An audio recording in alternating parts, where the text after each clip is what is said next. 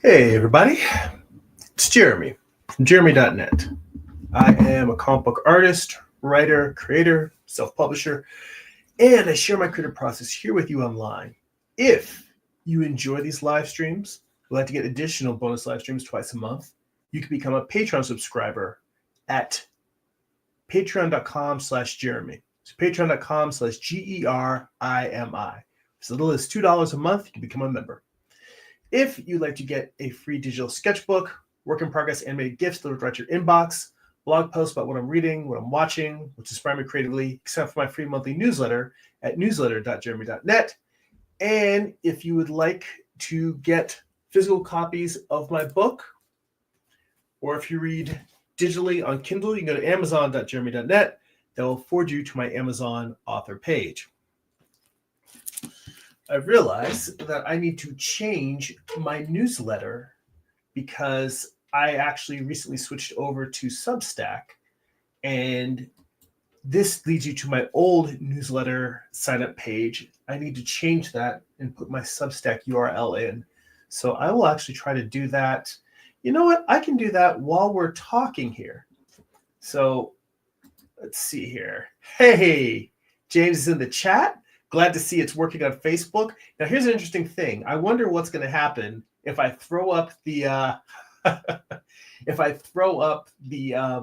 image that I'm working on. So I'm still working on that last piece, and I will tell you, there's something about Facebook's AI that anytime you show something that has any scantily clad figures, it immediately says, "Oh, this is adult content," and it blocks it. I don't know what that is, but I'm still working on this piece here. And so, James, let me know if it boots you off of Facebook or if it boots my stream off, because then you can just hop over to YouTube and pick it up. But I'm curious to see whether it does that, because that has been the ongoing problem here, is it knocking this off every time I'm working on this piece. But I will tell you guys, hang on, let me just hide this banner while I work. I will tell you that I've made significant progress in terms of going through, and before, all of these things that were floating around this woman were just slashes of color and swatches of it's the exact same colors, but they were just more like this piece here. They're like abstract shapes. So now I've gone through and actually tried to make them pants, bras, underwear, dresses, booty shorts, that kind of thing. So James says, at least you won't be going crazy with copyrighted content. That can boot people. Yeah. Well, see, this is the interesting thing, though. I've also been thinking about starting to do more fan art pieces. I want to see if I can get a bunch of original sketches done, pre-made before WonderCon in Anaheim this March, because that's the only show I'm going to be doing. And I just want to see what kind of a difference it makes in the show if I show up there with physical drawings to sell, because I'm not going to have the first issue of my new comic done before that show. So I thought to myself, hey, let's see what happens if I don't usually sell a lot of original art at conventions. And I used to take commissions, but I try not to, only because you see how long this piece is taking me. I don't feel like at the show I'm necessarily able to give my best work when I'm sitting at the table drawing there and not interacting with people. It's like I'm drawing in like little 5-second, 10-second increments. It's disruptive, and it makes it really hard for me to make something that I'm really happy with, and I hope that the client will be happy with. So I thought, let me try the old tried and true, do a bunch of sketches before the show. And let's see here. James says, perhaps you can have a table at the comic convention in Bakersfield in November. I did not know there was a show in Bakersfield, and I will tell you that I will consider it. It's a possibility, because Bakersfield is actually closer to me now than Anaheim for WonderCon. WonderCon has been my home base show for many years, so even though I moved out of the LA area, I still really I still keep doing that show, because it's a good chance for me to catch up with a couple of friends that it's a good chance to catch up with a lot of people that I don't get to see in person very often. So, but I will make a note of that. Where's my notepad?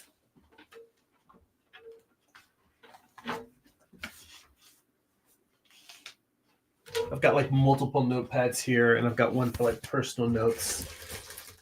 If I can find a pen, I will look into that Bakersfield show. It doesn't necessarily mean that I'll definitely apply, and if I apply, it doesn't necessarily mean I'll get a table. But I appreciate you giving me the heads up.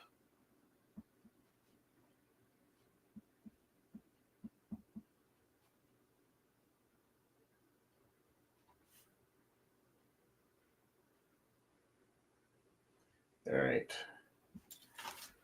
So before I dive into actually drawing on this piece, I just need to really quickly open my little text documents of information and drop and copy that. Go back to the banners. And if I go in here, for now, I am going to just put that on there. So my newsletter is available on Substack, substack.com/@GERIMI. But I'm actually probably at some point going to change it back to the newsletter.jeremy.net, because normally what I do is I just have that forward to whatever my my newsletter sign up page is. But I haven't had a chance to set up the forward to the new Substack newsletter yet. So that's something to get on eventually. Meanwhile, so what's going on here? Well, first off, just in reference to everything that's going on in the world, my heart goes out to everyone who has lost homes or is displaced by the fires in LA. They were not too far from my old home. And, there's some people, acquaintances that we know who lost their homes, and we know more than a few people who had to evacuate. So my heart goes out to all of them. It's horrible. It sucks. I've been joking with other friends. I said, that I called customer service. I said, can I return this 2025? It's broken. But yeah, that it's a really horrible thing that's going on. And yeah. But anyway, let's see here. Byron's here in the chat. It says, hey, people. Good to see you, Byron. And hey, Trevor, Skoll. I finally get to see a live show. Man, thank you for popping in. It's good to see you. I'll tell you, I need to put the Morningstar piece that you drew for me on my wall, because we were getting some stuff out of storage. And one of the things I had there is that piece. And honestly, I got to tell you, to this day, that is one of my favorite pieces of art that I own, because it's like you drew my character better than I could draw him. It's a beautiful piece, and I think about you every time I look at that. I got to get it up on this wall in the new studio. But it's good to see you. I hope that you're doing well. I know you had a hell of a year last year, unfortunately, but I hope that all's well, or that I hope you're doing as well as can be expected, and that your family, your loved ones are keeping you warm and filled with love and care. So on that note, so I'm just finishing this illustration that I've been drawing for a million years. What's I gonna do? Oh yeah. So I'm going through here and I'm taking a lot of these abstract shapes and I'm just redrawing them as articles of clothing. And I hear one of our cats freaking out upstairs, and she's just freaking out because she wants to play. She tends to my wife stepped out, so she's like, I'm gonna bug you now.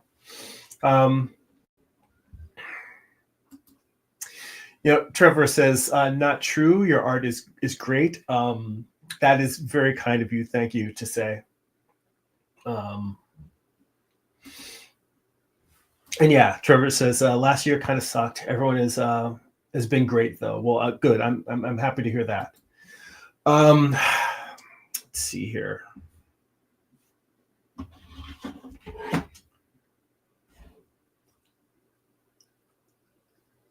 The interesting thing is when I'm going through this process of redrawing these pieces, it's a little bit of a devil's bargain in that I'm erasing something that actually was working well in order to put in something that I have faith or I have hope will work well, but I don't really know.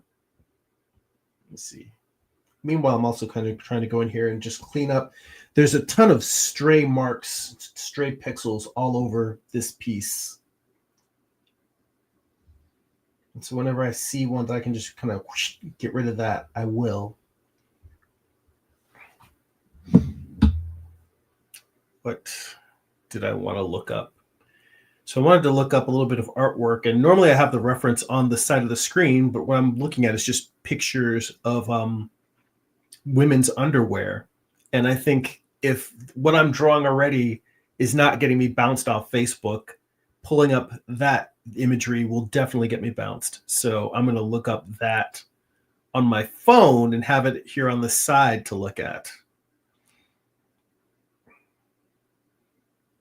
And it might seem kind of silly, like you don't think necessarily that underwear would be something that's difficult to draw, but it's less about the difficulty and more about just trying to find shapes that genuinely feel like the thing that you're trying to draw. And drawing clothing when there's not a person inside of the fabric creates kind of a surreal effect because it's kind of flattened and it becomes a little bit more abstract without having the human body filling it. In fact, I'm sure we've all seen either cartoons or illustrations of clothing where it's kind of like that invisible man effect where the clothing, whether it's pants or suits, whether it's a pants, t-shirt, jacket, whatever, but you see the clothing floating with like the human figure erased out. Maybe you've seen photographs of that. It is challenging as an illustration to not have that look or feel like an abstract mess. When you see a photo of that effect, the thing about photography is that our brains fill in the things that don't make sense, that don't look realistic. Our brains just sort of compensate for the surrealistic nature of it. But when you're drawing, if you do something that's just a little bit off or a little bit unrealistic, the brain immediately just rejects it.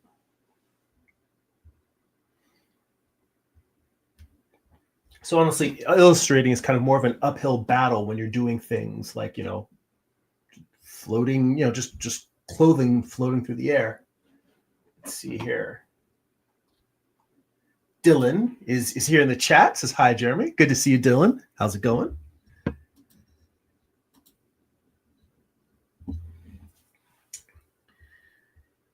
Yeah, I am.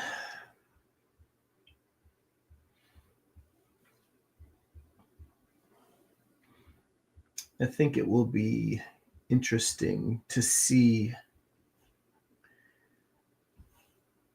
how different WonderCon is if I'm able to get a few, actually more than a few, if I actually have like 10 or 20 original pieces that are some popular characters, just seeing how it affects my sales. But at the same time, I also find it challenging because I do believe that you become what you practice. And my desire to boost sales at conventions, I don't want that to supersede the desire to write and draw and publish my own comics. Because God forbid I become very, very financially successful at doing fan art and then just keep drawing, other people's creations instead of my own. And then let's say that it's something where it actually even leads to paying work. I mean, you'd be ridiculously fortunate to get a gig off of doing, say, cover art off of just doing fan art that's financially successful. But let's say that did happen, and then that starts to supersede or become the main motive of making money versus doing your own characters. It's like, I'm very lucky that my day job is designing toys and toy packaging, but it's still not property, intellectual property that I own. And if I were to shift over to the majority of my work being comic work, but doing stuff for mainstream publishers, it's like I would be trading one work for hire gig for another, really. And I'm not sure how I feel about that, because I know there's lots of people who have the attitude of, I would give my left arm or other body part in order to be able to get paid to draw my favorite characters. But in my heart, I feel that I am a storyteller. And I kind of want to be able to tell whatever stories I want to tell. Dylan says, I'm good. I've been drawing here and there for the past week. It's been nice. James says, I don't have any Copic markers, so I opted for the $1 offer on the Copic website that expires on the 15th. I have never really used Copic markers. I'm not really a marker guy in general. And I will say that I don't know if you're familiar with a comic book artist named Colleen Doran. She's a comic book veteran. She's been around since the 80s. She's a writer artist. She's most famously known for a fantasy series she self-published called A Distant Soil. But she's collaborated many times with Neil Gaiman. She's the artist on the Good Omens, that Amazon TV series. She's the artist on the graphic novel adaptation of that, and she worked really closely with Neil Gaiman on that. I bring her up because I follow her newsletter, and she recently posted an article on Copic markers, and alcohol-based markers in general. And her point was simply that they're all the rage. They're very popular right now, but alcohol-based markers are not archival. And if you look at a lot of artwork, maybe 15 years old, 20 years old, after it was drawn, a lot of them are fading. They've maybe brought out some acid in the drawing surface they were drawn on, if it's not an acid-free paper or a board. And she just says, use caution if you're using this stuff. It's one thing if you're just doing a quick sketch or you're doing stuff just for fun. But if you are doing a piece of artwork that you intend to sell, that you intend to be a lasting piece of artwork that someone's going to hang in their home, be aware that you are using material that will fade over time. So, and she's definitely specifically talking about Copic markers in that case. So just be aware that you might be playing with fire there with those markers. I don't use them. I can't speak towards it. It's not that I use them because of it's not that I avoid them because of what she said. I just never was a marker guy. But I don't know if anyone's ever mentioned to you the archivability of Copic markers or whether that's an issue. And if you're just doing them to make big studies, it doesn't matter. I do tons of drawings with charcoal pencil on newsprint. Newsprint is not archival. Those things are going away. They're going to disintegrate. I have sheets of newsprint that are just 5 years old, and I look at them now, and it's like, well, it's a good thing I took a photograph of that when it was new, because it's yellow now. So just thought I would throw that out there. Let's see here. James says, storytelling. I may not be the best at drawing characters or faces, but I try to give them personality. He also says, I may find that I prefer paint markers.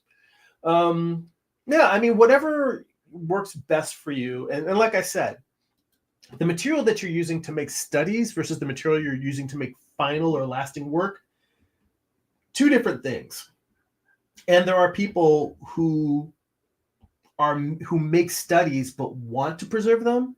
And then, I mean, for me, if I'm trying to make something that I want to last, it's a whole different process. I don't really care if my studies survive time, but that's also because we live in an age where, with digital, we've all got, digital cameras in our pockets. I'm fine with just taking a photograph of the study. That's usually what I do is with my studies. I'll take photographs of them, so I'll have them for reference to look at over time. Although I did have in my old studio setup, I had a bunch of acrylic paint studies on my wall. And I specifically saved them because I was trying to figure out in terms of how I wanted to thin down my acrylics and mix the colors. And I tried some that were thinned with water, some that were thinned with medium, and then just comparing different levels of thinning them down and using them to build up kind of a base image. I felt that they came in handy. Having the studies there on the wall. It was while I was working on that big dragon painting for my wife.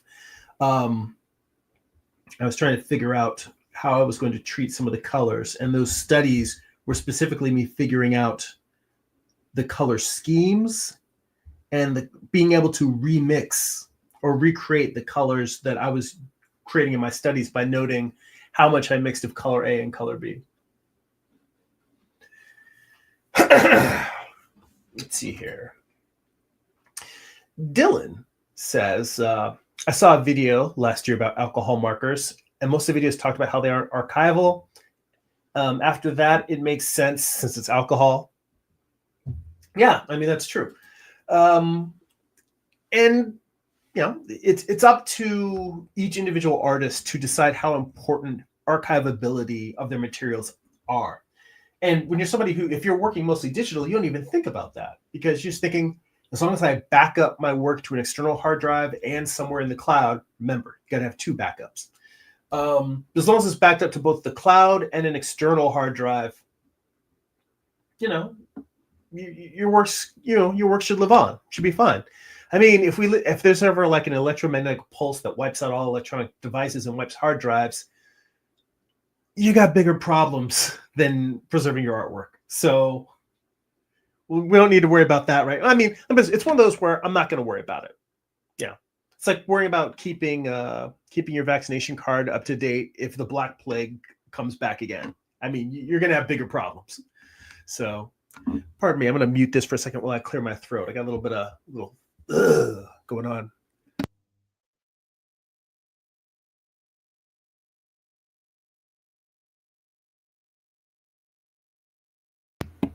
All right, there we go. And hey, Herman in the chat. Good to see you, Herman. Said, what's good? CG, I'm making an effort to be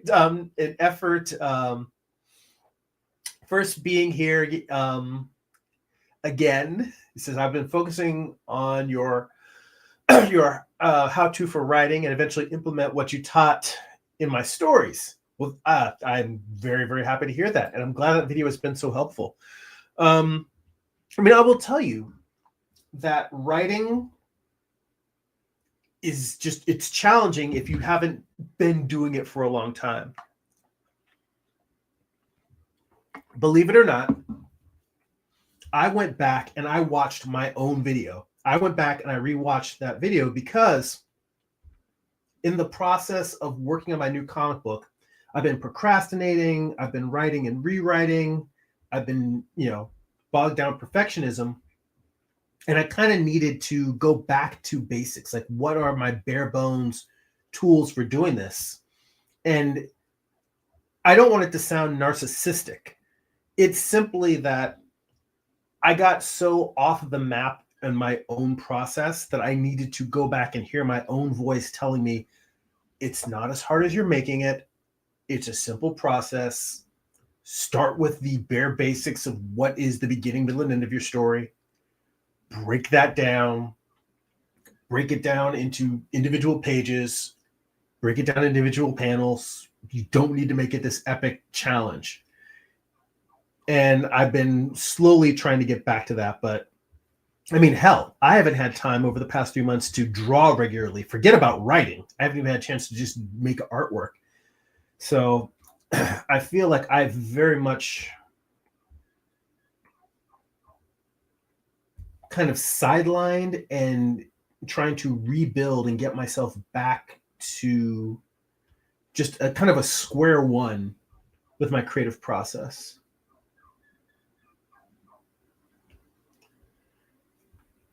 So I'm right there with you in terms of, trying to implement the ideas in that video. But yes, he says, good to be here. Good to have you here. Always good to see you. I mean, I really love the fact that you guys show up every week and we have this fun, ongoing kind of creative conversation. That you're all working on things, whether it's writing, drawing, studying on the craftsmanship, getting some character designs done, or actually starting on a comic. I'll tell you one of the things that I was thinking about doing after I finished this illustration. I was thinking about two different things. One would be working on covers for the next comic, or at least thumbnailing the covers. But part of that is just thumbnailing is my happy place. I love to thumbnail and work out the raw, rough ideas. I think I love thumbnailing because it's before I've had a chance to screw anything up. It's before in the thumbnail stage, your shortcomings and your flaws aren't visible. It's just, okay. The problem now here is that this shirt that I just drew is twinning this shirt over here. So I can't do that. It's one of those things where the other abstract shape that I had was working well, but I needed to try and create something new and different. So I kind of have to decide here, how do I want to go about, I mean, it doesn't have to be a t-shirt. It could be another pair of pants. In fact, maybe that's what I will do, is make these pants instead of a shirt.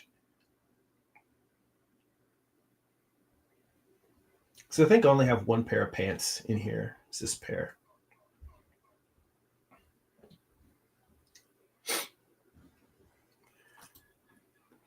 So Herman says, never done writing, so I'm afraid of it. And I did it, and I did fairly in art writing course. We had to write a 15-page novel, so it's in me. I had to finish the paper. It's just trying to make it make sense. Well, that is something that plagues all of us as creatives, that fear of not being able to do it right.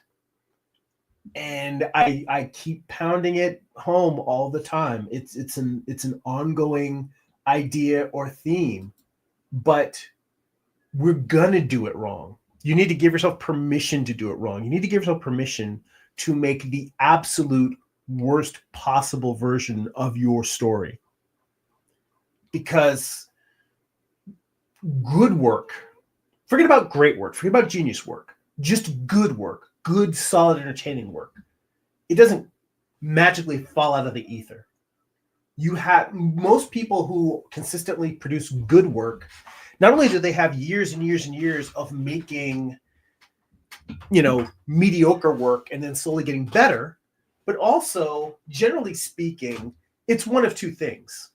Either they have all those years of experience that they know how to avoid the roadblocks. So when they have to make something really good right off the bat, they can really focus and bring all of their skills to bear and knock out something in one shot that works. More often than not, what it is they are still making a first draft that's crappy. Screenwriters call it a vomit draft.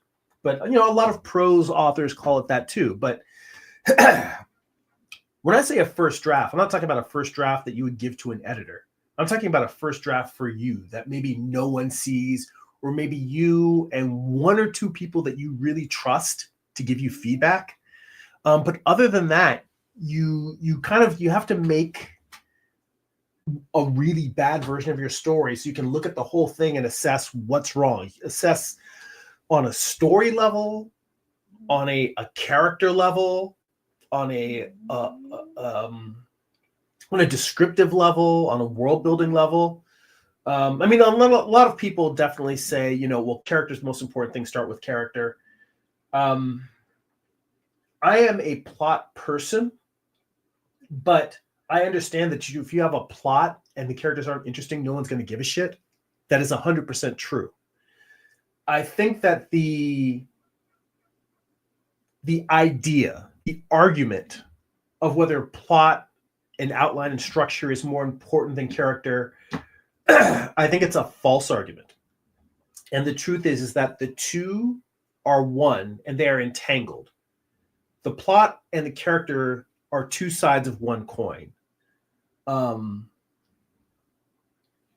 Plot is the transformation of character. And I think that different writers, depending on their personality and the tools that they've been given and the way they've been taught, will approach a story from a structural standpoint and use that to flesh out the character. And some people will approach a story from character and use the character and the type of decisions they would make to flesh out the plot. But I am of the personal opinion that the argument of one over the other is it's a false argument. Don't believe the hype. Don't fall into that. They're the same. But that goes back to the idea that regardless of whichever way you're approaching it, maybe if you approach it from character, then you need to give your chance to start with characters that are not particularly, characters that are a little bit more archetypical. They aren't necessarily unique individuals. It's like, it might just be sort of like your standard hero or heroine, your standard buddy cop, your standard disgruntled teen. And as you revise the character, you make them more interesting. You make them more unique. That you start discovering the character actually has quirks and character traits. And oh my God, you got to a point in the story where you wrote a scene where a character is supposed to make one decision, and the character in the story, like you're writing, and the character's like, that's not what I would do. And the character literally on the page says, I would say this, or I would go through this door instead of that door, or I would run away instead of trying to punch this bully. And then you follow the character and see where they go. That's like the best part of writing, is when the characters start really coming to life and making decisions for you, and then you're following them. And people like to think that only pantsers do that. Plotters very much should make room for their characters to divert from their game plan, and then you got to rewrite a new plan because the character is going someplace. And if you're going to stay true to the character, you got to follow them to where they go. And it doesn't mean they don't end up at the same destination that you planned, but the route you get there can be very different and unique. Let's see here. Herman says, so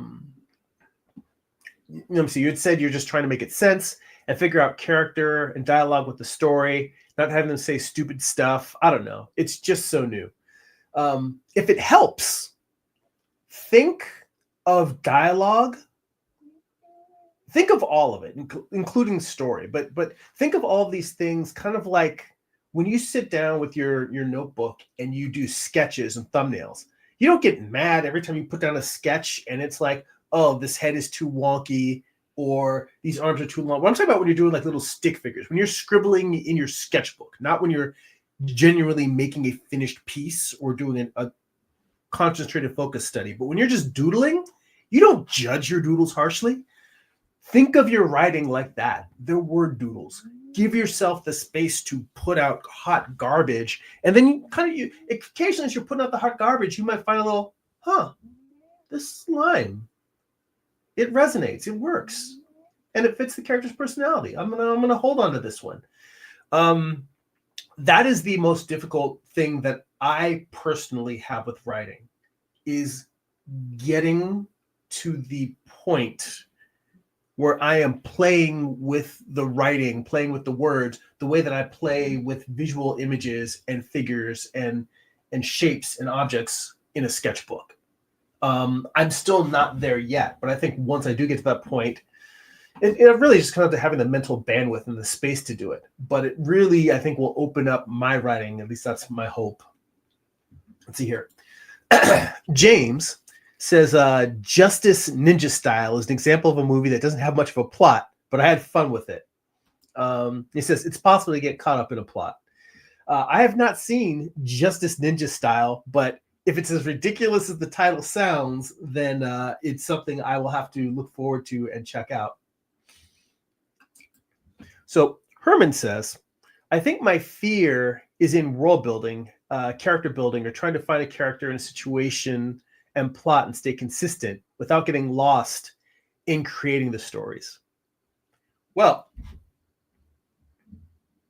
something that might be useful to you is to really think about yourself as two separate people.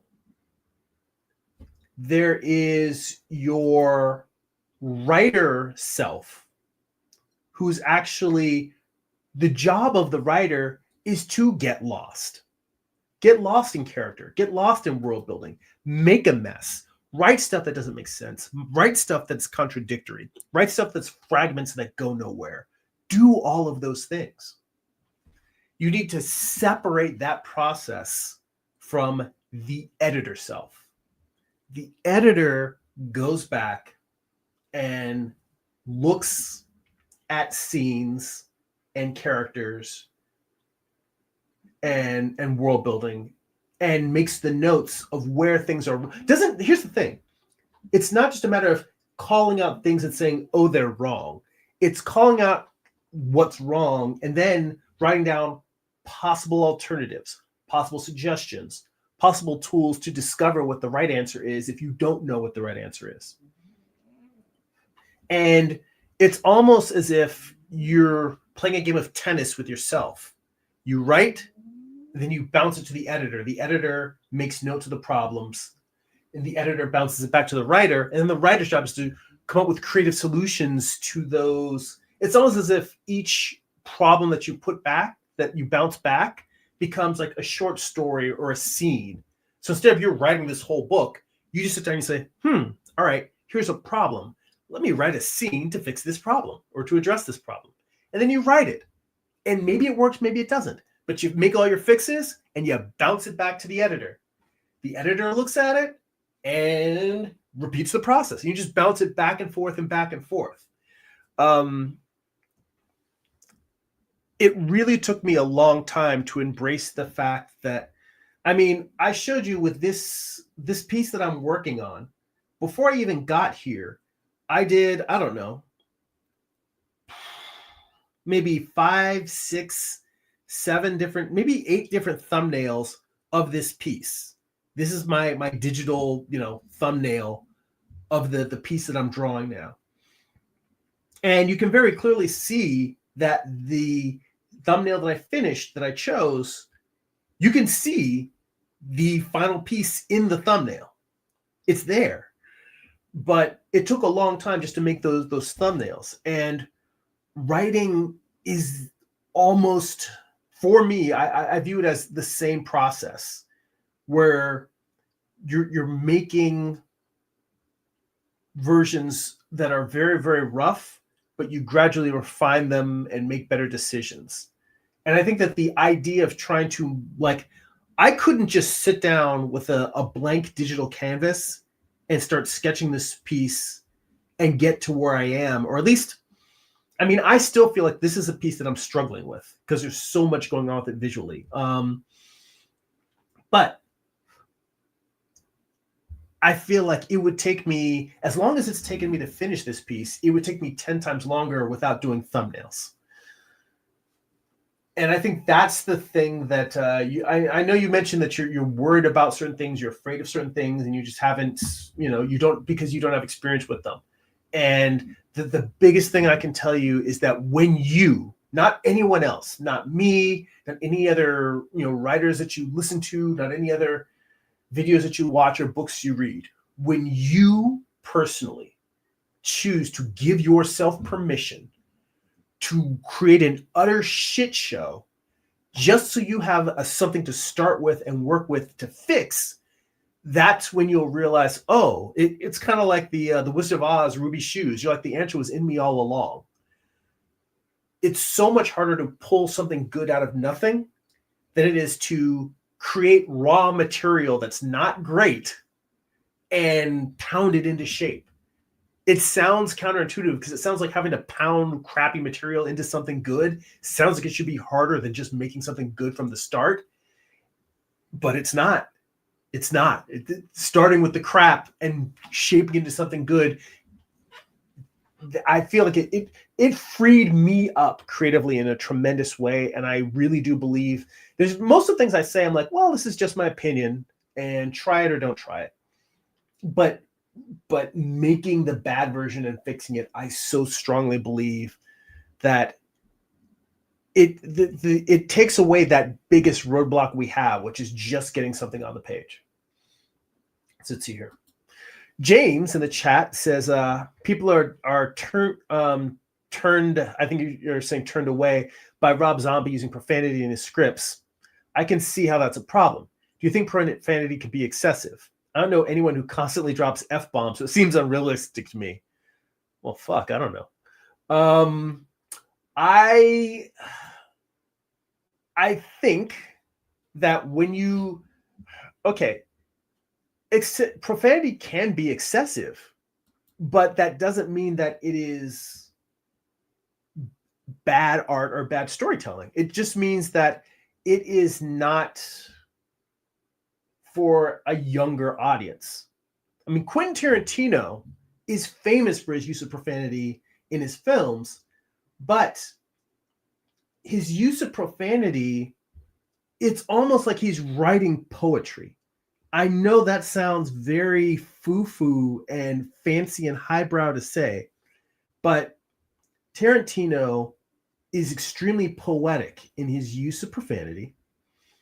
And I think that it's not just dropping the F-bomb, it's where you place them, how you place them, and why you place them. Because I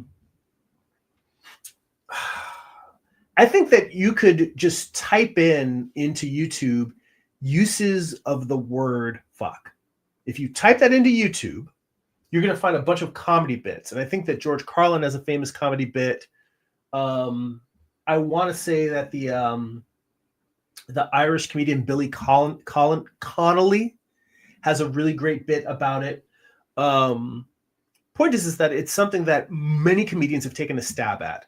And it's the idea of how it can be an exclamation. It can be a greeting. It can be used in anger. It can be used in love. It can be used in passion. It can be used in camaraderie. There's so many different ways to use it. And when you talk about excessive cursing, I think what also needs to be taken into account is how creative or artistic the usage is. Because Tarantino's use of profanity is definitely excessive, but it is artistic. And I think that if you are just simply dropping an F-bomb every third word thoughtlessly, then it's kind of a waste of a fuck. That's my point. It's like, it's a waste of the usage. Whereas if you're refining it and you're dropping it in a way that is actually clever, if you can find a way to work an F-bomb into a clever use of the word every sentence, then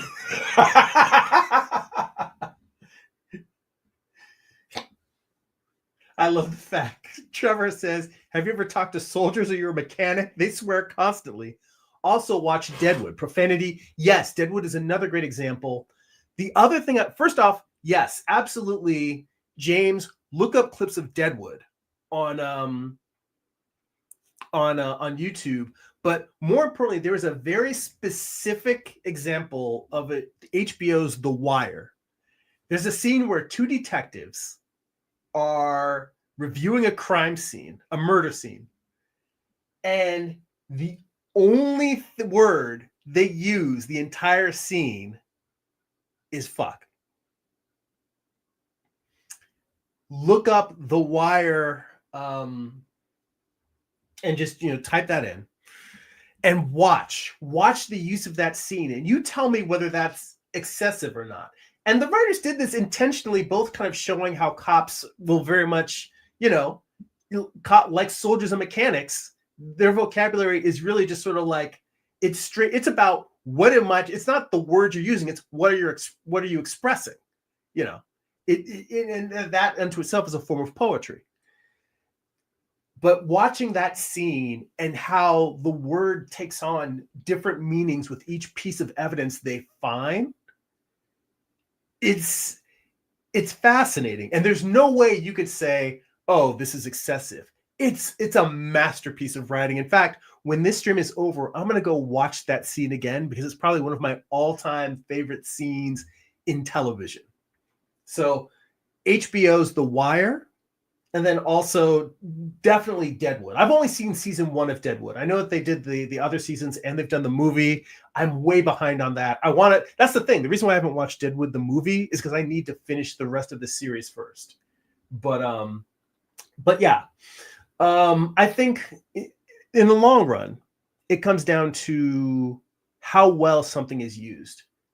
Anything used poorly can be at best,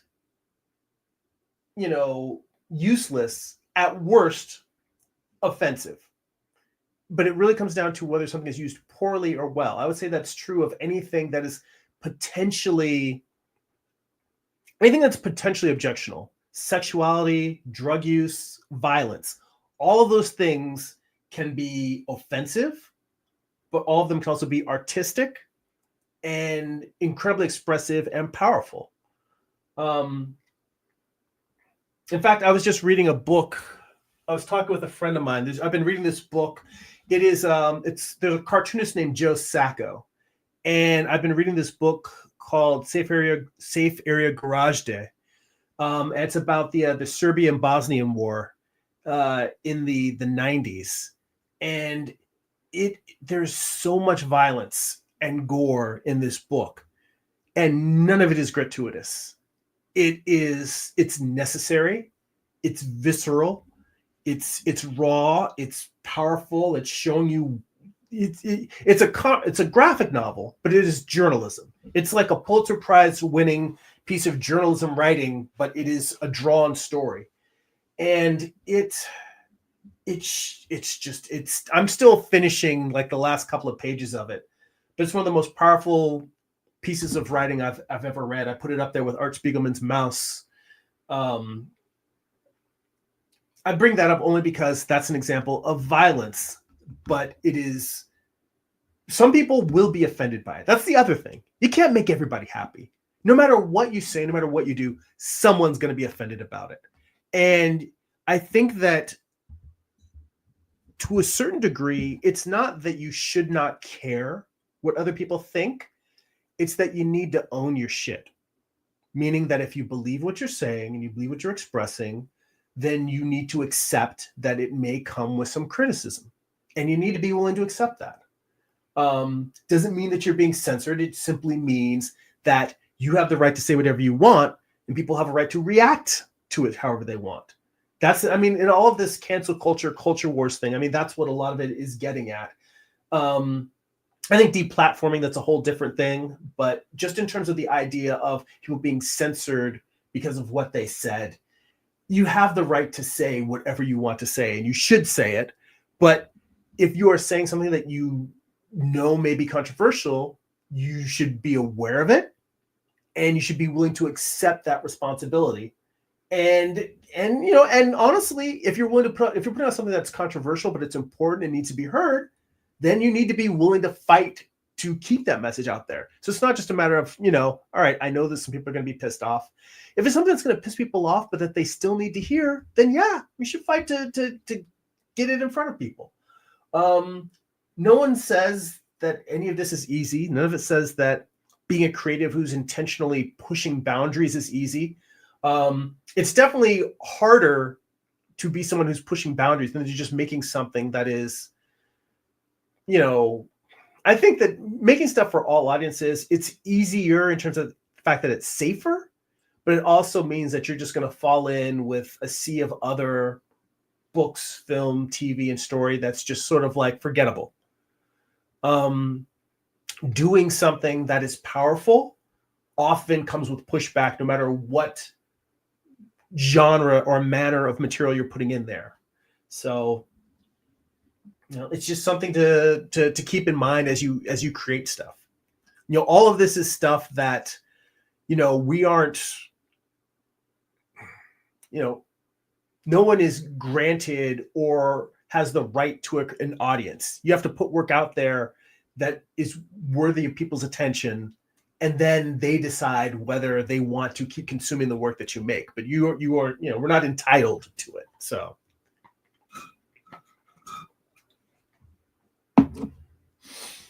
let's see here. Herman says, bro, thanks. I think when you put the writing into perspective, as when I approached the art, just gave me a mind-blown situation. I just sketch without necessarily being harsh on myself. Yeah, that's very, I'm glad to hear that. That's the message I was hoping you'd take away from it. Like I said, I haven't reached that point myself. I cognitively know it to be true that writing, just putting words on the page, can and should be similar to the expression of doodling in a sketchbook. For me, there aren't currently a one-to-one, but that's also because I haven't spent my entire life writing. I've spent my entire life sketching. But while I've been writing ever since I've been in school, it's utilitarian writing. It hasn't been playful writing the way that I do playful drawing. And I think, if anything, that's part of the journey, is trying to make writing into play, into a fun and entertaining personal exercise. Let's see here. James says, I think it depends on how profanity is used and the purpose it serves. Completely agreed there. Dylan says, LOL. And then we got to, that's where Trevor came in with mentioning Deadwood. Herman says, everything you're saying makes sense. I just need to treat writing like I treat my art, make room for mistakes, and just build. And hopefully with some help when I need that. Yeah, exactly. And I mentioned that the reason why I specifically mentioned that I'm not there myself is because you've already entered the headspace that I am just by saying, treat it like you treat your art. You've entered that headspace. And I have found that telling myself those words doesn't automatically make it so. And I don't want that to sound like I'm double talking or trying to talk you out of it. What I'm saying is, I believe the exact same thing that you do. I've tried it, and it still doesn't always feel that way. In fact, frequently it doesn't feel that way for the first 10 minutes of any writing session. It takes a while of sitting at the table before I really get into, like, after about 20 minutes, half hour in, is when it really starts to flow and I can have fun and loosen up a little bit. And then some days it's never there. And that's where I feel like days and weeks and months of writing every day build up, because when I'm tired, when I'm exhausted, I need to kind of get away and forget about the world. I can just sit down with a sketchbook and doodle, and it brings me peace. And what I'm saying is, I honestly believe that someday I will get to the same place with my writing. But what I'm expressing to you is that now that you have this understanding of this comparison, you're still going to go through many periods where you're going to feel like you're fighting an uphill battle. And what I want to encourage you is to remember that compare the moment you started taking writing seriously with the moment that you started taking art seriously. And if you look at how many years after that you continue to do art compared to how many years after the moment you compared taking writing seriously to writing being an effortless thing where you can just kind of sketch with words, you're going to say, oh, okay, I maybe have been serious about this for like a couple years, and I've been serious about drawing for like 15 years. So I need to cut myself a break. And that's what I'm telling you is, this. Now that you know this, it's going to change the way you approach it. You're still going to need to be kind to yourself. That's the main thing I want you to go away with this is. So let's see here. Trevor says, excessive or immersive? Does it serve the character? Yes, that is. Thank you. I could not say it. I could not say it better. In fact, I'm starring that. If I can find a way to work that into the title for this stream when I repost it, I will, because I think that's a great way to express the ideas of anything: violence, sexuality, language in a story or a character's approach. I mean, I see we're getting down to we're getting up to 55 minutes here, so I think I'm gonna put my pen down and I'm gonna just finish up with reading the last comments here and bringing the conversation, bring the stream in for a landing. So we're gonna start wrapping it up here. If anybody has any final shots they want to fire my way, now's the time to get them in the chat. Let's see here. Byron says, I think setting is also a big thing in this. For example, there's nothing like modern urban profanity to take me out of a fantasy setting, for instance. Yeah, well, I think it depends on the type of story, because I think that there are stories that are tongue-in-cheek, where they use things that feel very much like our world, but set in a fantasy world, where you're like, oh, it's kind of funny and tongue-in-cheek. It's more of when it's a serious, more dramatic story, where they're using like contemporary Earth English that can kind of throw you a little bit. So I get that totally. See, in terms of like people cursing, James says, in terms of along with soldiers and mechanics, he says sailors too. Well, sailors are soldiers. Herman says, who else uses language like Tarantino in films or comics for research purposes? Let's see here. So Trevor threw out Deborah from Dexter. That's a great example. You know what? I've only seen the first season of Dexter. I need to get back into that as well. I'm trying to think. Well, obviously, when we talked about Deadwood, I mean, Swearingen is the king of cursing. So I think all of the characters in Deadwood are great cursors. HBO has a lot of great shows that have excellent cursing. Because I mentioned The Wire, Game of Thrones, particularly Bronn. Bronn and Tyrion are two of my favorites. The conversations that they have and the way that they curse, fantastic. So HBO has a history of some great cursing. And Herman says it's probably why Tarantino thinks Samuel Jackson is godlike, colorful, and using profanity. Well, I mean, he is the master. Let's see here. James says, okay, poetic. That's interesting. And he says, I like Takashi Miike. He says, because violence serves a purpose in his movies. They're not violent for the sake of it. I think the only movie of his I've seen is Audition. And yes, his movies, the violence had that. Now, see, that's a great thing, because his movies are definitely transgressive. But from what I remember of Audition, it's like the violence had purpose, but it was so intense and unsettling that it's one of the few things that as a grown man will make me like a little bit turn my head and have to watch through my eyes. Like Japanese and Korean like crime drama and horror. Like there's a Korean movie, I think it's called I Saw the Devil. Either I Saw the Devil or I Shot the Devil. But it's a crime story about a man who's he's a Secret Service agent, and his fiancée is killed by a serial killer. And then the movie's about him tracking down and punishing the serial killer. And there's so many scenes in the entire movie that are so hard to watch. It is so violent and gory and graphic. And I'm just like, like it's tough. It's tough, but really, really good, really, really entertaining, really well done. This is a good comment. Trevor threw out, he who dares not offend cannot be honest. Thomas Paine. That is that's a great quote. Yeah. And see, that's the thing. It's he who dares not offend. because some people offend people by accident. They're not trying, they maybe say something and the offense by insensitivity. Whereas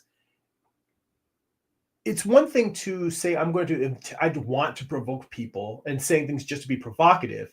But what I think the balance is, and what I advocate is simply having an idea that is worth putting forward, and that idea is made more powerful by whatever the offensive thing that you put in it. It's not a matter of offending for sake of offense, but it's a matter of saying, by using a metaphor or a word or a scenario that will make someone say, my God, that is disgusting, that it makes people understand what you're saying in a far more deeper, more powerful way than just the plain language version.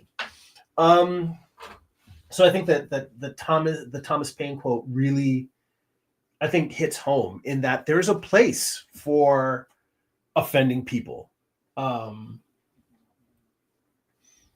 It's just a matter of choosing.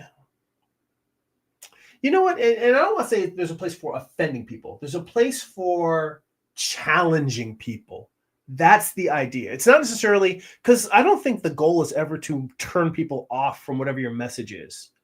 I think the goal is to challenge someone to look at things from a radical perspective. And that's the way I like to think of objectionable content, is that my goal is never to have people, I know that not everything I write and draw is going to be for everyone. But what I'd like is to put something out there that maybe makes someone say, this is kind of a hard pill for me to swallow, but there's something intriguing about the way it was presented that I want to engage with it. My goal is more to challenge, which invites engagement, versus offend can repel people. But simply by challenging people, there's always going to be an audience of people for whom they are like, no, sir, I am clutching my pearls. You do offend, and I will not engage. And that's going to be the nature of creating art. Let's see here. James says, I haven't met too many people who have an issue with violence in media. I was staying at a friend's house in Lincoln a few years back. I mentioned I was into game design. Her dad said I shouldn't be involved in making violent games, but I brushed it off. So like you said, violence can serve a purpose. Plus, no one's gonna make someone play a game with content they find objectionable. That's subjective anyway. But the dad's comment rubbed me the wrong way. And that's a funny thing. Like, we talked about this a little bit last week's live stream. I think Corey and Paul Pate were talking about both being parents and how to talk to their kids about difficult things like drugs and violence, and just having an open discourse. But it does strike me, the fact that Western societies tend to have much more of a problem with sex than with violence. Because if you look at what I consider, honestly, I feel like watching any form of penetrative sex should be less offensive than watching a bullet going through human flesh. But we seem to be much more okay with that. And my point is simply, it's not that we should ban all violent content either. It's simply a matter of content being age appropriate and delivered with context. That's all. Context and appropriateness. I don't think little kids should be exposed to either. And I think that teenagers are definitely that age where, teenage boys and girls are interested in content that has sex and violence, because, when you're exploring the world, these things give people a charge. And I think that's the point when, if you're creating content that is accessible to young adults, that they're given the context with it. It's not just mindless. Because I will tell you that now I watch so much violent movies as a young person, so many violent movies and TV shows, that I'll watch the same thing now as a middle-aged man. And I feel pain, or I have empathy for people's pain in a way that I didn't when I was younger. Life has changed me. I react now to watching other people suffering very differently than I did when I was younger.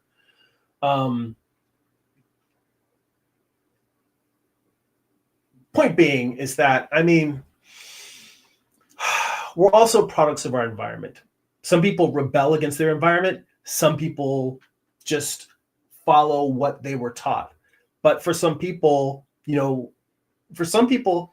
are definitely families where families talk very openly about sex and sexuality with their family, but are not allowed to. Little boys are not allowed to play with toy guns. I've met people whose families are like that.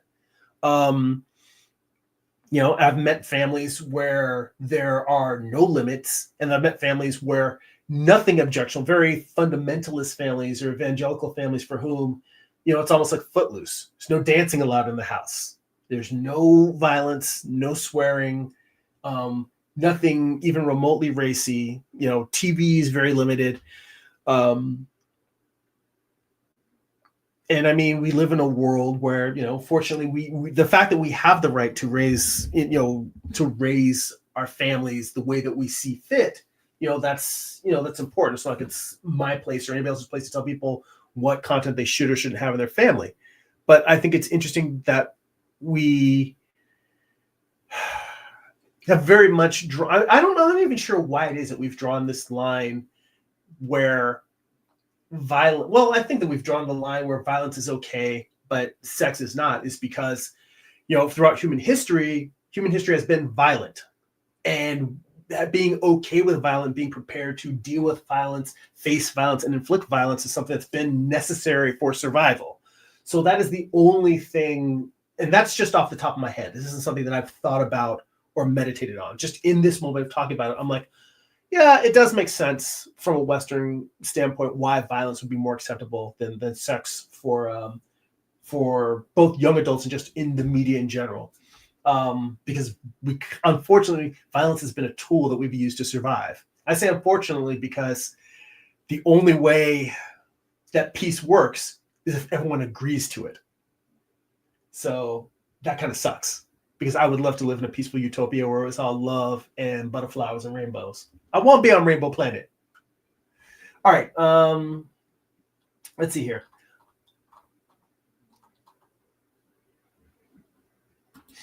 So Byron says, oh yeah, in the case of comedy, it's fine. When you're trying to immerse someone in something fantastical and different, then it's in trying to immerse someone in something fantastical and different, then it's a failure of execution, I feel. Well, that's in terms of like using modern cursing in fantasy novels or fantasy works. James says, I'm drawn to Sam Peckinpah as well because he deals with the consequences of violence. Yeah, I mean, I think that's very interesting. Like, honestly, I've never seen Stray Dogs. I've only seen The Wild Bunch. I think I've maybe seen one other Peckinpah film besides The Wild Bunch. In fact, I'm sure I've seen some like other Westerns of his when I was, a kid. Again, watching stuff that I probably shouldn't have been watching. But I think The Wild Bunch is the only Peckinpah movie that I consciously sought out as an adult and watched and enjoyed. And I think, yeah, it's one of those movies that, very, very powerful and shows, yeah, it's violence, but they show the consequences of it as well. Herman says Kevin Smith curses a lot in his films. Now, see, Kevin Smith, I really enjoy, and he's very comedic. I would say that his is not as poetic as Tarantino's, but it definitely falls into more almost like stand-up comedy in terms of like creative uses. They're creative uses of comedy, but as opposed to poetry, his is more of clever, almost like magician's sleight of hand use of cursing. And Trevor says, historically, there are tons of examples of those who swear. Look up a character called La Hire from 100 Years' War in France. I'm going to write that down. Look his ass up. That is another great note. I keep a notepad because we talk about a lot of interesting stuff in here, and I'm like, oh, I need to go in and look that. In fact, I realized I can just star this comment and check it out after the stream. So I'm just going to do that. Oh yeah, and James mentions I Saw the Devil. Yeah, that movie was raw. Trevor says I Saw the Devil is so great. In fact, I mean, it's been a long time. It's one of those movies that I kind of want to watch again. I just remember it being so visceral the first time I saw it that I was like, ooh. I think, in fact, I saw that movie like maybe a couple years after it came out, but I saw it on streaming back when streaming was kind of new. And I think that was the point when I really felt my sensibilities towards violence turning from stuff Texas Chainsaw Massacre and stuff like Scarface. There's things that I saw that were very, very violent when I was younger. And I can remember that I Saw the Devil as one of those movies where I felt my reaction to violence starting to change. But I think that's part of the art of that movie. Byron says, as a note, I'm not saying that medieval peasants can't swear. I'm saying using modern swears and terminology is the issue. Yes, that is a very good distinction. I'm glad that you pointed that out. And yeah, that is absolutely true, because I think, dropping F-bombs and calling people assholes, that's something that's very, makes complete sense to me in any fantasy, or medieval novel. See here. Byron says, same as having an F1 race car in what is supposed to be a serious fantasy medieval setting can take me out. Herman says, quick question. Do you have a certain day of the week to help Patreon supporters like art or writing? I'm trying to know ahead of time before I can commit. Well, what I usually do, I used to try... the answer to that is I used to, and I haven't figured out what the new one is. It used to be the first and third Mondays of every live stream. The first and third Mondays of every month, I would do my Patreon exclusive live stream from 8 to 10 p.m. Pacific Standard Time. But my work schedule has changed now, and I actually have conference calls that run kind of late on Mondays, and I have not decided what day I want to move that to, because Wednesday nights I have a figure drawing class, a physical in-person class that I go to. So I haven't really decided whether I want to move the Patreon ones to Tuesdays or Thursdays. I'm leaning towards Thursdays because I did that last week and it seemed to work out pretty well. But also, depending on audience feedback, I'm open to discussing, changing different nights. But right now, it's probably going to be either Tuesdays or Thursdays. Now, something I want to note here, in terms of helping people with writing and art, one of the things is I am happy to look at people's artwork during the Patreon live streams, do draw-overs, give direct feedback. For writing, I am completely open to giving solutions to specific writing problems, but legally, I can't go through and edit your writing and give you editing and feedback on specific scenes, specific characters, specific writing, because I have tons of ideas of my own that I'm writing. And I write across a variety of genres: horror, fantasy, sci-fi. And I can't put myself in a situation where I'm writing a story and there's a character who is similar to yours in my story. And I'm not saying that you specifically are accusing me of this, but I'm saying I've seen scenarios where a writer has given another writer feedback, and then they're writing a story that's in the same genre, and the person that they gave feedback to comes around and says, "Oh, you stole my idea. You took that from my script." And I write so many ideas that are across a variety of genres that anyone I talk to, invariably, there's something that's similar to what they're doing. I have an idea somewhere that's similar to something that they're working on. And that's just true of writing in general. Like when you see like 5 movies in 1 year about the same particular subject matter, there's a reason for that. That's just how, I don't know if it's the collective unconscious, as Carl Jung talks about it, but just the idea of multiple ideas being in the consciousness at the same time, or just a bunch of things that happen to come together. And I want to say that ahead of time because I don't want you to sign up for my Patreon and expect to be able to say, all right, here's a scene from my comic. Can you help me with this scene? Because I can't do that, only because I want to make sure that we're both in a place where you never feel like I poached anything from your material, and you never, and I don't want you to feel like I would have poached, and I don't want to be in a situation where I'm being accused of poaching. What I can do for writing is simply, when you talk in general terms about it, say, okay, I'm doing some world building. I've got almost as if you were to take the question and remove these specifics and just give it a general, I'm building a society where it's a world full of like intelligent dragons that run the world. And the problem with it is X. That's vague enough that I could say, oh, well, if you're trying to do this with the dragons, you could try this, you could try that, blah, blah, blah, blah, blah, blah. But, going through and editing specific scenes, that's something that I honestly don't feel comfortable with because, like I said, I don't want to open myself up to the place where people are accusing me of poaching their materials. Let's see here. So let me go through. Herman says, my work days off are Monday through Wednesday until 2 p.m. Well, all of my live streams are in the evening because I'm usually working during the day. But that doesn't mean that you could not submit questions or ideas for me to deal with during a live stream that I could then address to you during the weekly live stream. So I can do those during the Patreon live streams. And also, we have a Patreon exclusive Discord server, and that's open all the time. So you can always just drop questions in there. And I haven't done it too much in the past, but I can always just hop in.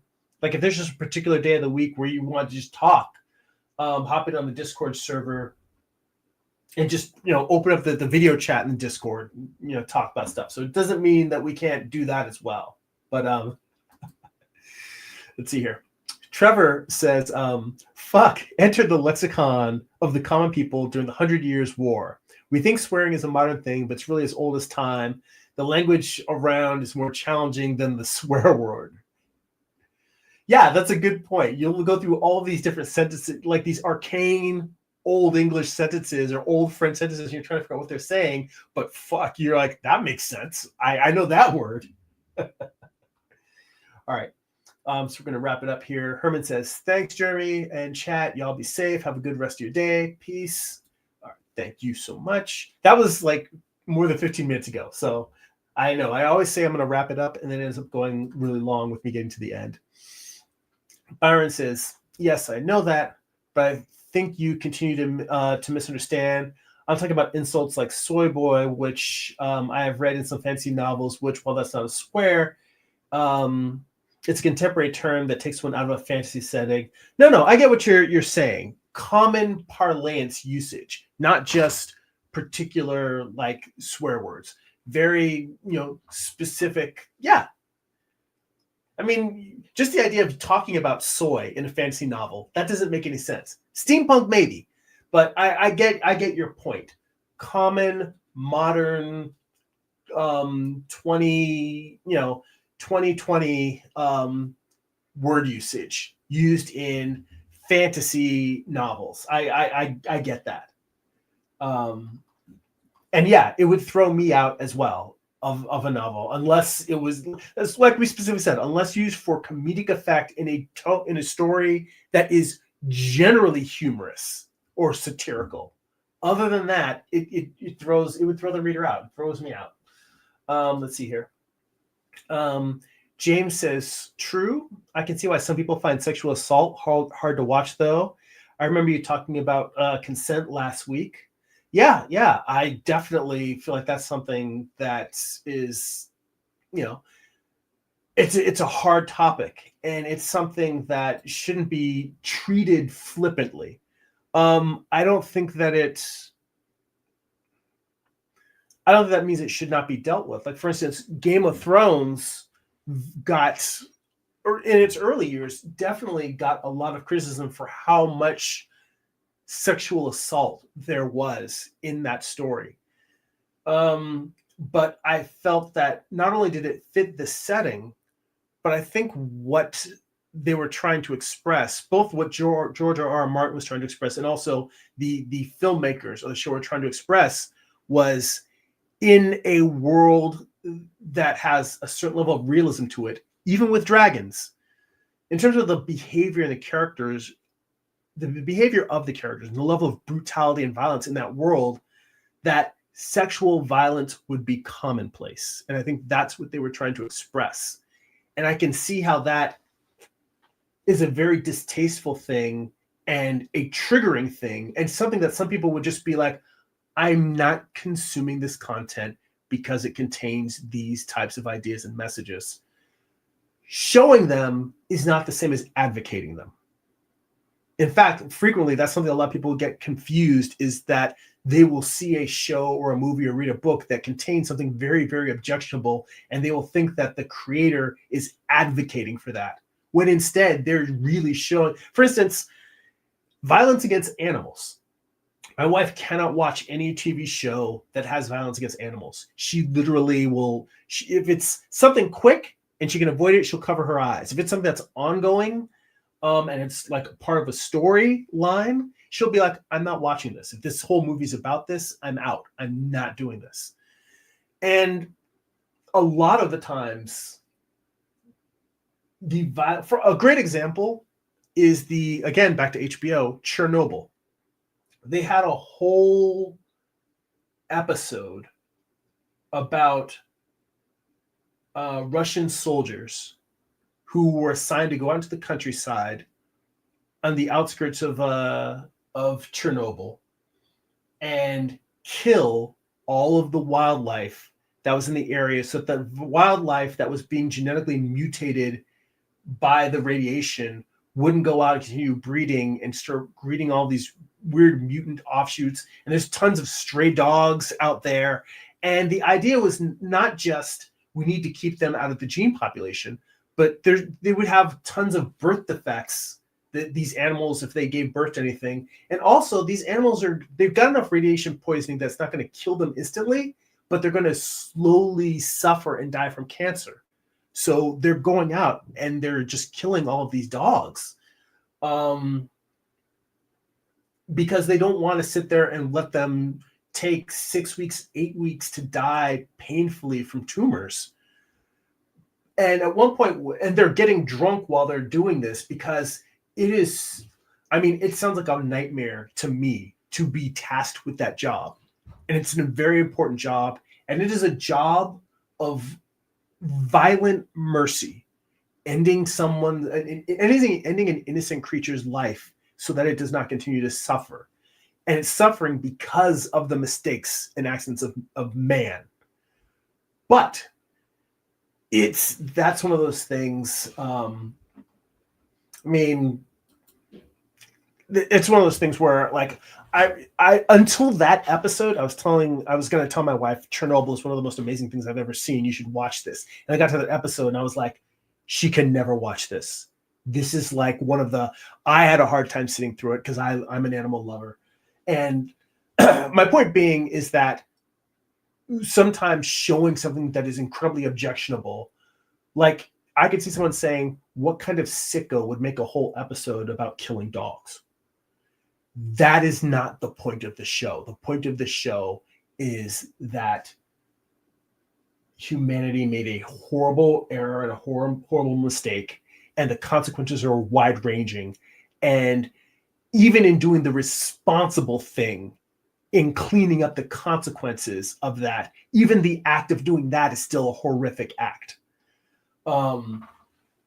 It's not in any way advocating. And in fact, one guy who was actually making light of the whole thing, his commanding officer very much threatened to kill him.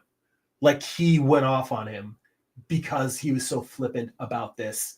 And like, God, it's upsetting to just talk about.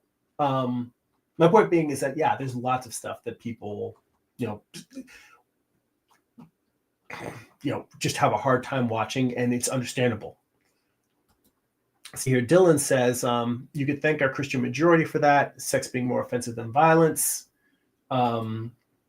Herman says, sounds like jail the way you described that, G. Let's see here. Trevor says violence is the common language and the universal currency. I don't remember who said it. To be honest, it sounds like something a Viking would say. I feel like it sounds like that should be a Norse, although I don't really imagine the Norse saying common language and universal currency, but the sentiment behind it reminds me of the TV show Vikings and the Robert Eggers movie, The Northman. Was it the Northman or the Norseman? I think it's the Norseman. Let's see here. Jim says, hi, GB. We'll only bombard you with this one question this week. Where approximately do you live now, and how do you like it? We live on the central coast of California, a small town a little bit north of San Luis Obispo, and we love it up here. There's, deer are in our front yard every day. I opened up the window next to my office. There's a window, right over here. And there were like 3 wild turkeys outside of my window. It is beautiful and peaceful. And I mean, our heart goes out to all the people that are suffering, that have lost their homes in LA and are under, threat of having to evacuate due to the wildfires. But we're grateful that we're in a place that's as peaceful as it is. Even though our heart goes out to everyone who's dealing with the tragedy down there in LA. So, and I hope that you and Luann are being safe, and you guys are doing well. See here. Herman says, I work Wednesday and Monday, 11:30 to 7:30 a.m. So as soon as you figure out when you're available, that would be great. Yeah, I will definitely, when I figure out for sure what the schedule is, what I try to do is actually, usually during these live streams, the Sunday live streams, I try to let people know what week and what time we're going to be having the Patreon exclusive live streams. So we had one last week to get back onto the normal schedule. This week we don't have one.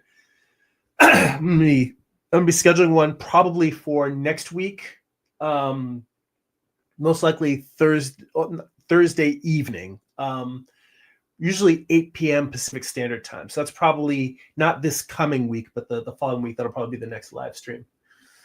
And Herman says, I understand sort of copyright infringement type stuff. I could create a way through a story about a hot dog that don't want to be in a hot dog roll and a hamburger roll instead. Says, but I get what you mean in terms of protect yourself. Well, I appreciate that you understand that, because I do feel that it would be helpful to people to have someone give them an editorial eye. But that's a challenging thing to do when you're actively somebody who is writing and drawing and creating your own works as well. But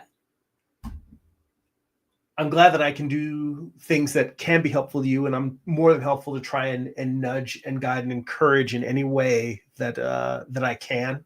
But on that note, we are also at the end of all the comments. So let's see here. And Herman says, cool. I can PTO that day and focus on your help for art and myself that day. Well, you know what? Honestly, I need to message you offline, because I don't want you to change your work schedule just to fit my live stream. We'll have to figure something out. There's got to be a way to do it so that, well, for instance, if you work like 11:30 p.m. till 7 a.m., then maybe it's something where I can do the streams earlier so you can catch them before you work. I'm trying to think, Wednesday through Monday. Maybe it's something where I do it on, like I said, I was talking about either Tuesdays or Thursdays. So if you aren't working on Tuesdays, because the other thing is that the Patreon exclusive live streams tend to be floating. The public live streams I do every Sunday, and I try to stick with that. But the rest of the time, the Patreon live streams, we can shift those around. So they don't always have to be on, I try to find one day that I can do consistently for them. But maybe, because I would much rather shift my schedule and do those live streams on Tuesday than have you disrupt your work schedule just to catch one of my live streams. I I look at it as, even though patrons are supporting me and my work, I want to give back to you guys. I want to do stuff where I'm helping you so that they're, I want to create value for you guys beyond just the fact that you're supporting me and doing my own work. So if Tuesday, let's see, you said Wednesday through Monday. So yeah, if you're off Tuesdays, then maybe Tuesdays will be the days that I'll do the Patreon. I'll tell you what, not this coming week, but when we do the next Patreon live stream, and for the next month or so, we'll try doing them on Tuesday nights, and we'll see how that works. And mind you, I'm not saying this to obligate you to signing up. Do not feel obligated to sign up. I want you to sign up when it fits your schedule, and when I can provide something to you that's actually helpful to you. I don't want you to feel obligated, but I think that I'll try doing Tuesdays, just knowing that if you do join, it'll be kind of better, because right now it's kind of catch as catch can. Sometimes only one person will hop on the stream with me. Sometimes I'm doing streams where I'm just by myself and talking. Sometimes it's something where I'm doing a stream and I might be addressing something from the Patreon Discord, and then I'll address it. And then because I post the replays on the Discord, and I post them on Patreon so people can watch the replays of those live streams later. So either way, we're going to work it out. We're going to figure it out. But yeah, so we'll look at Tuesdays going forward. But for now, we're going to wrap up this stream. It's been a great session. Still got a lot of progress to go on the illustration that I'm working on, but we're going to get there. In the meantime, speaking of Patreon, if you would like to join for as little as $2 a month, you can head over to patreon.com/Jeremy. It's patreon.com/GERIMI. We get 2 bonus live streams a month, and they are extra long, 2.5, sometimes 3 hours or 4. We've gone as long as like 5 hours one time. Had to take a couple of bathroom breaks, but we've had some long live streams there, depending on the night and the topic. Hit that like and subscribe button. Hit that like button. If you know somebody who would enjoy these live streams, hit that share button. If you'd like to sign up for my free monthly newsletter, you can head on over to substack.com/Jeremy, substack.com/@GERIMI. If you'd like to purchase physical copies of my comic books, or if you read digitally on Kindle, you can go to amazon.jeremy.net/to my Amazon author page. You can pick up books like my first graphic novel, Eye of the Gods. It's a standalone psychological thriller about a man cursed with visions he cannot control. You can also pick up my most recent project, Morningstar. It is a retelling of Lucifer's Fall from Heaven, told as a Western. It's an 8-issue series. Volume 1 contains issues 1 through 4. Volume 2 contains the conclusion, issues 5 through 8. Both volumes have extensive back matter, thumbnails, page layouts, script excerpts, photo reference, and more. I basically show you how I put the entire comic book together. And if you go to the homepage of my YouTube channel, you can go through. There will be book flip throughs. There's a playlist. You can scroll down and check those out. All right, guys. Again, thank you so much for the great conversation, hanging out, spending time. I really appreciate you. Jim is on there. Thank you, Jim. He says, I am now a patron, also best friend ever. If I can find a way to assign this specific role for you in the Discord, I will.